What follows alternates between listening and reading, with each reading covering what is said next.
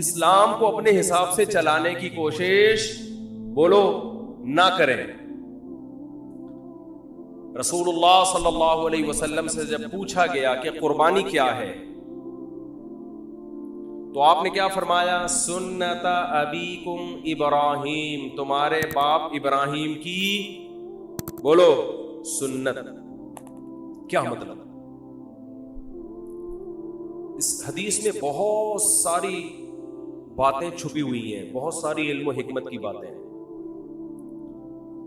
دیکھو دنیا میں اس سے بڑا کوئی ظلم نہیں ہو سکتا کہ ایک انسانی جان کو قتل کیا جائے. ہو سکتا ہے؟ بولنا پڑے گا آپ لوگوں کو ہے بھائی. کسی انسانی بلکہ کسی بے گناہ جان کو قتل کیا جائے، چاہے وہ جانور ہی ہو، انسان تو دور کی بات. بلا وجہ کسی جانور کو قتل کرنا بھی بھائی پھر ویڈیو بنا رہے ہیں. ہلو بھائی ویڈیو نہیں بنائے. بلا وجہ کسی انسانی جان کو قتل کرنا ساری دنیا میں غلط سمجھا جاتا ہے، اور اسلام میں بھی کیا یہ عمل حرام ہے. کسی بھی جان کو، وہ جان اگر انسان کی ہو تو یہ جرم اور زیادہ بولو بڑھ جاتا ہے. نمبر 3، وہ جان اگر مسلمان کی ہو، کلمہ گو کی ہو، تو یہ جرم اور بھی زیادہ، بولتے کیوں نہیں یار، بڑھ جاتا. مسلمان کا قتل کرنا اور بڑا جرم ہے. وہ جان اگر کسی رشتہ دار کی ہو تو اس کا جرم اور زیادہ بڑھ جاتا ہے. رشتہ دار کو قتل کرنا کسی غیر کو قتل کرنے سے زیادہ بڑا جرم ہے. رشتہ داروں میں سب سے مضبوط رشتہ اولاد کا ہوتا ہے. اس کی دلیل یہ ہے کہ آپ کے مرتے ہی سب سے زیادہ وراثت کس کو ملتی ہے؟ اولاد کو. اس لیے اسلام نے سب سے گہرا رشتہ کس کا مانا ہے؟ اولاد. تو اولاد کو قتل کرنا قتل کی نوعیت میں اور بھی بڑا جرم. کیا خیال ہے بھائی؟ تو باپ کو حکم دیا جا رہا. اچھا چھٹی بات، اولاد بھی ایسی جو بے قصور ہو. بعض دفعہ اولاد نے کچھ ایسے کام کیے ہوتے ہیں آدمی غصے میں آ کے مار دیتا ہے اس کو، وہ بھی غلط کرتا ہے، قتل تو پھر بھی جائز نہیں ہے. لیکن اولاد اگر کیا ہو، معصوم اور نیک، کوئی قصور نہیں ہے اس کا، اس کو قتل کرنا اور بھی بڑا جرم. پھر وہ اولاد اگر نابالغ ہو تو شریعت میں نابالغوں کے حقوق بالغوں سے زیادہ ہیں. آج تو ان حقوق پر عمل نہیں ہوتا. یہ خوب مسئلہ سمجھ لیں، نابالغ بچے کا مال اس کی پرمیشن سے بھی آپ استعمال نہیں کر سکتے. نابالغ بچہ صدقہ کرے گا تو شریعت میں وہ کالعدم ہے، کیونکہ اس کو یہ حق نہیں ہے کہ اپنا مال کسی کو دے دے. وہ ابھی نہ سمجھے، شریعت نے اس کے تصرفات اور اس کے اس قسم کے افعال کو کالعدم قرار دیا ہے. نابالغ بچہ آپ کو اپنا پلاٹ گفٹ کر دے، شریعت اس کو کالعدم مانگتی ہے. کوئی وصیت کر دے، کالعدم. سمجھتے ہو؟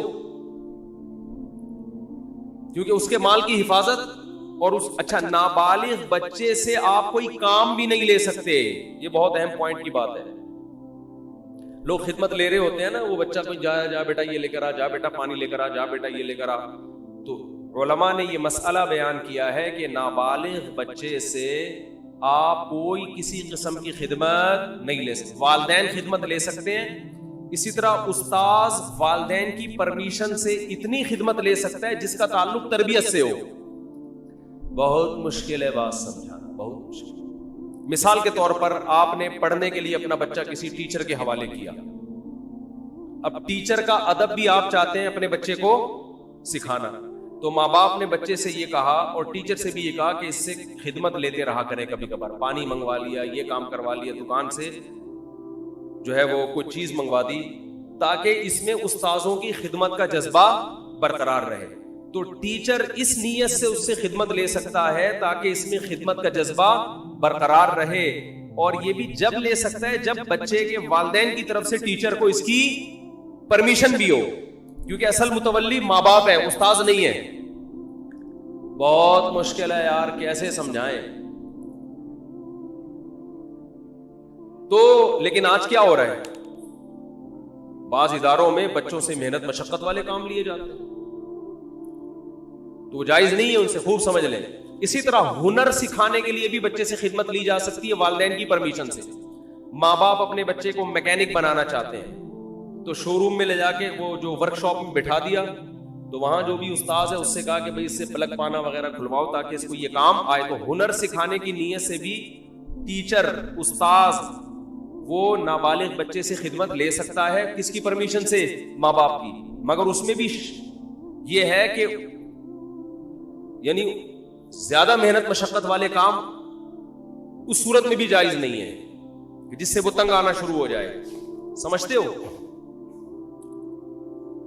یہاں ایک مدرسہ ہے، مجھے نہیں یاد پڑتا کہ میں کبھی کسی بچے سے میں نے پانی بھی منگوایا، مجھے نہیں یاد پڑتا. تو یہ اصول ہے، خوب سمجھ لیں. تو اس سے پتہ چلتا ہے کہ نابالغ کے حقوق اسلام میں بالغوں سے زیادہ ہیں. ٹھیک ہے، تو اس کا قتل کرنا تو اور بڑا جرم ہوگا نا. تو ابراہیم علیہ السلام کو اللہ تعالی حکم دے رہے ہیں کہ آپ قتل کریں ایک جان کا، اور وہ جان بھی انسانی جان، اور انسانی جان بھی معصوم بے گناہ، اور معصوم بھی آپ کا رشتہ دار، اور رشتہ دار بھی وہ جو سب سے قریبی، اور نابالغ بھی جس کے حقوق بالغوں سے زیادہ ہیں. اور مزید ایک بات یہ کہ وہ بچہ جو آپ کو آپ کی قربانیوں کے صلے میں بطور گفٹ ملا تھا، نہیں آ رہی بات؟ ابراہیم علیہ السلام نے جب اللہ کے لیے قربانیاں دی ہیں نا، تو اس کے گفٹ میں اللہ نے کیا دیے؟ اسماعیل. تو یہ تو اور زیادہ عجیب، یہ تو یعنی اللاجیکل بات بھی ہو گئی کہ معاذ اللہ نقل کفر ایک بہت بڑا جرم بھی کروایا جا رہا ہے، قتل انسانی کا، اور اللاجیکل کام بھی کروایا جا رہا ہے. اس لیے کہ جو چیز بطور گفٹ کے دی جاتی ہے وہ کبھی واپس نہیں لی جاتی. وہ طبعی عمر کو پہنچنے کے بعد انتقال کر جائے تو وہ تو سب نہیں مرنا ہے. ابراہیم علیہ السلام کہہ سکتے تھے اللہ تو نے تو میری قربانیوں کے صلے میں مجھے یہ بیٹا دیا تھا، تو دیا کیوں تھا جب تو نے اس عمر میں لینا تھا اور میرے ہی ہاتھوں ذبح کروانا تھا اس کو؟ کوئی لاجک سمجھ میں آتی ہے؟ آپ لوگ کی سمجھ میں آ رہی ہے میرا خیال ہے تو بول لو. نہیں آتی سمجھ؟ کوئی آتی ہے سمجھ میں لاجک اس کی؟ بالکل اللاجیکل کام، بالکل اللاجیکل کام. لیکن ابراہیم علیہ الصلوۃ والسلام نے فوراً حکم کی تعمیل کے لیے تیار. کیوں؟ اس لیے کہ اللہ جب کسی بات کا حکم دے دے تو وہ اللاجیکل بھی کیا بن جاتا ہے؟ بولو. یہ چیز آج لبرل لوگوں کی کھوپڑی شریف میں بیٹھ گئی. یہ ہر چیز میں پوچھتے ہیں کیوں، وائے، اس میں کیا ہے، کھڑے ہو کر پانی پینا کیوں، بیٹھ کے کیوں. میں وہ ان سے جب بھی کوئی پوچھے نا اسلام میں بیٹھ کر پانی پینا کیوں افضل ہے، کھڑے ہو کر بھی جائز ہے، افضل ہے بیٹھ کے پینا. بولے کپڑے کیوں پہنے ہوئے، کیوں کا جواب دیکھو. جب بھی کوئی گمراہ آدمی کیوں کرے نا، سوال پوچھے، تو جواب دینے کے بجائے اس سے سوالات پوچھنا شروع کر دو کہ تیرے اوپر پہلے 10 سوال ہے تو اس کا جواب دے. ہمیشہ ہر باطل کی عادت ہوتی ہے وہ آپ کو سوالات میں الجھائے. آپ اسی سے پوچھو کہ اور بہت سارے کیوں ایسے جن کا تمہارے باپ کے پاس بھی، اب تو باپ کا لفظ اب چلے گا، جس کا تمہارے باپ کے پاس بھی کوئی جواب نہیں ہے. یہ جو لبرل لوگ ہم سے پوچھتے ہیں تم لوگ لاکھوں جانور کاٹ دیتے ہو، معصوم جانور قربانی کے دنوں میں، ظلم جانوروں پر، تو بجائے ان کے جواب دینے کے آپ ان سے پوچھا کرو تم ایک مرغی بھی کیوں کاٹتے ہو؟ جو میکڈونلڈ میں اتنی لاکھوں مرغیاں کٹ کے برگر میں آتی ہیں، یہ کس بیس پر کاٹ رہے ہو؟ کیونکہ انسان اتفاق سے جب وجود میں آیا ہے، یہ جانور بھی اتفاق سے وجود میں آئے ہیں، تو اتفاق سے وجود میں آئی ہوئی چیزوں میں کسی کو کسی پر برتری حاصل نہیں ہوتی. جتنا حق زندہ رہنے کا اس دنیا میں انسان کا ہے، اتنا ہی حق مرغیوں کا بھی ہے. آپ کہہ سکتے ہو کہ جانور بھی تو ایک دوسرے کو کھاتے ہیں، تو وہ تو جانور ہے نا، وہ تو گدھے ہیں ان کو تو سینس نہیں ہے. آپ کو تو کھوپڑی دی اللہ نے، اللہ کو نہیں مانتے، چلو فطرت نے دی آپ کو کھوپڑی، اور آپ کے پاس کھانے کی دنیا میں اور کم چیزیں. دال کھاؤ، ماش کی دال میں اتنا پروٹین ہے، گوشت کی ضرورت کافی حد تک پوری کر دیتی ہے ماش کی دال. ہندو کھاتے ہیں نا دالیں کھا کھا کے تو 99 سال زندہ رہتے ہیں. تو کوئی زندہ رہنے کے لیے گوشت کھانا ضروری نہیں ہے. اسلام نے جو ہمیں گوشت کھانے کا حکم دیا وہ تو اور بہت سارے, اس میں تو ابھینندن کی وجہ سے قائم ہے. اس میں تو یہ کہا بھائی وہ آئے گا تو تم گوشت کھاؤ گے تو اوپر جا کے اس کو چائے پلا کے رخصت کرو گے. دالوں پہ یہ کام جو دال پہ سیٹ ہو گیا, جو سبزی پہ سیٹ ہو گیا, وہ یہ کام 10-20 سال امریکہ نے افغانستان میں گھاس کھائی کہ نہیں کھائی؟ 20 سال امریکہ نے افغانستان میں کیا کھایا ہے؟ گھاس کھائی ہے. آگے سے افغان لڑے ہیں, تو اگر افغان سبزی خور ہوتے 20 سال لڑتے؟ کیا ہو گیا بھائی؟ 20 سال یہ دمبے کھا کے لڑے ہیں میرے بھائی. یہ سبزیوں پہ لڑائیاں نہیں ہوتی. تو گوشت کے تو سائیڈ افیکٹ ہے کہ اس سے لڑتا ہے آدمی. تو لبرل لوگوں کو تو گوشت کی پیس, وہ کیا ہے, لو پیس چاہتے ہیں نا دنیا میں, اور بھی 2-4 اس طرح کے الفاظ ہیں, پیس, لو, اور کیا ہے, خیر وہ سوچتے رہے بعد میں بیٹھ کے. تو یہ تو پیس فل دنیا چاہتے ہیں, اس میں تو گوشت ہونا ہی نہیں چاہیے. آپ کو تو چاہیے کہ آپ ہندوؤں کی طرح گائے, وہ تو ہندو صرف گائے کی خدمت کرتا ہے, آپ کو چاہیے آپ بھینس کی بھی کریں, بکری کی بھی کریں. تو ہم تو لاکھوں جانور کاٹتے ہیں, ہم پر اعتراض نہیں ہوتا, کیونکہ ہم کس کے حکم پہ کاٹتے ہیں؟ وہ تو اگر اولاد کو کاٹنے کا حکم دیتا اس کو کاٹ دیتے بھائی, جیسے ابراہیم علیہ السلام نے کہا کاٹ دو بس. جب illogical کام اللہ نے کہہ دیا تو وہ illogical رہا نہیں ہے, وہ لاجیکل, سراپا لاجک سے بھرا ہوا کام ہے. وہ خدا ہے بھائی, ہم تو خدا کے غلام ہیں, ہمیں پیدا. اگر اللہ ابراہیم علیہ السلام کو حکم دیتا اسماعیل کو کاٹو, وہ نہیں کاٹتے. اللہ ویسے ہی بھی تو اٹھا سکتا تھا نا. کتنوں کے بچے 7-8 سال کی عمر میں ٹرک کے نیچے آ کے ہلاک ہو جاتے ہیں, وباؤں سے مر جاتے ہیں. تو وہ تو اللہ کو ویسے بھی حق حاصل ہے کہ, تبھی تو اللہ قرآن میں کہتے ہیں کہ تم اللہ کی راہ میں صدقہ خیرات کرو. انسان کہتے ہیں اللہ میں خیرات کروں گا میں تو غریب ہو جاؤں گا. تو قرآن بار بار کیا کہتا ہے؟ یبسط الرزق لمن یشاء ویقدر, جس کے لیے میں چاہتا ہوں رزق کے دروازے کھول دیتا ہوں, جس کے لیے میں چاہتا ہوں تنگ کر دیتا ہوں. تو یہ تو میرے ہاتھ میں ہے, میں تمہیں ویسے بھی غریب کر سکتا ہوں, صدقہ دو. اگر اس سے غریب ہو بھی گئے ثواب تو ملے گا نا. اول تو ہوگے نہیں, اللہ دے گا مال تمہیں. تو ہمارے پاس تو دلیل ہے ہمارے رب کی طرف سے, اس نے ہمیں حکم دیا بقرعید کے 3 دنوں میں اپنے حبیب سے کہلوا دیا صلی اللہ علیہ وسلم, اللہ کو جانور کا خون بہانے سے زیادہ کوئی عمل محبوب, بولو نا بھائی, نہیں ہے. تو ہمارے پاس تو دلیل ہے کہ ابراہیم کو اللہ نے حکم دیا اپنے بیٹے کو ذبح کرو. اولاد کا ذبح کرنا illogical کام, کسی انسان کو کاٹنا illogical, لیکن اللہ کے کہنے سے کیا بن گیا؟ لاجک سے بھرا ہوا. اب اس پہ اعتراض کرنا illogical ہے. تو وہ خدا اگر ہمیں دمبے کاٹنے کا حکم دے اور اس میں انسانوں کا فائدہ بھی ہو, خود ان جانوروں کا بھی فائدہ ہے, خود ان جانوروں کا. اگر یہ جانور نہ کٹیں تو یہ تو بڑھاپے میں ان کو کون پوچھے گا؟ آپ انڈیا میں گایوں کی حالت دیکھو, بوڑھی گایوں کی, جن کو ماں جب بنایا ہے تو ماں جیسا بڑھاپے میں سلوک تو کرو ان کے ساتھ. کوئی پوچھنے والا نہیں ہوتا ان جانوروں کا. ان جانوروں کا جوانی میں کٹ جانا ان کے لیے بھی فائدہ مند اور انسانوں کے لیے بھی فائدہ مند ہے. اور اللہ کہتے ہیں سخرھا لکم, ان جانوروں کو اللہ نے کس کے لیے بنایا؟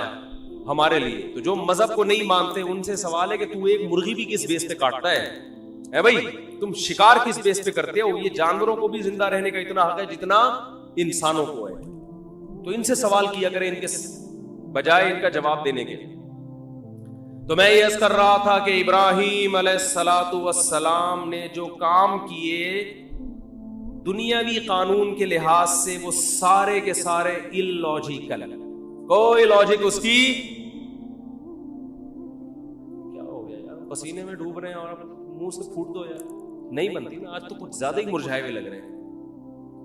اس کی کوئی پشاور میں جب میں نے جملہ ادھورا چھوڑتا نا, ایسے ادھر سے پورا مجمع گونجتا, تو ان کو مجھے, میں نے کہا فل ان دا بلینکس, مگر آرام سے, خالی جگہ پر کرو مگر آرام سے. لوگوں میں جوش ہے نا, دمبے. تو دمبا بولتا ہے. دمبا کیا ہے؟ بولتا ہے. مچھلی نہیں بولتی. مچھلی میں زیادہ طاقت نہیں ہے. طاقت کس میں ہے؟ مچھلی کھایا کریں, ویسے صحت کے لیے اچھی چیز ہے, لیکن جو پاور آئے گی نا, بازوؤں میں طاقت آئے گی, وہ دمبے سے آئے گی, وہ مچھلی سے نہیں آئے گی. خیر, تو ابراہیم علیہ السلام نے جو سارے کام اللاجیکل کیے تبھی تو وہ کیا بنے. دیکھو اس کا یہ مطلب نہیں ہے کہ ہر اللاجیکل کام آپ کرنا شروع کر دو. ہمارے دینداروں میں ایک بڑا مسئلہ ہے, جتنے بھی کام کریں گے سارے کھوپڑی سے, کسی کی کھوپڑی میں سمجھ میں نہیں آئیں گے کر کیا رہے ہیں.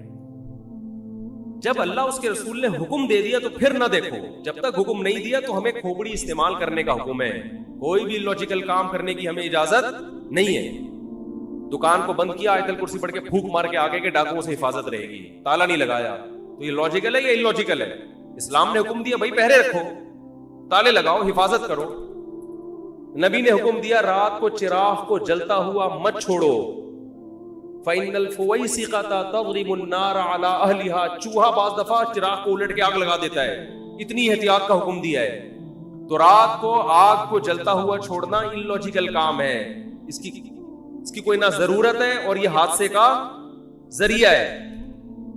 نبی نے فرمایا, ایک صحابی ایسے کنکر کو نا ایسے پھینک رہے تھے, آپ نے فرمایا یہ اس سے نہ کوئی دشمن ہلاک ہوگا, اس سے کسی کی آنکھ پھوٹ سکتی ہے.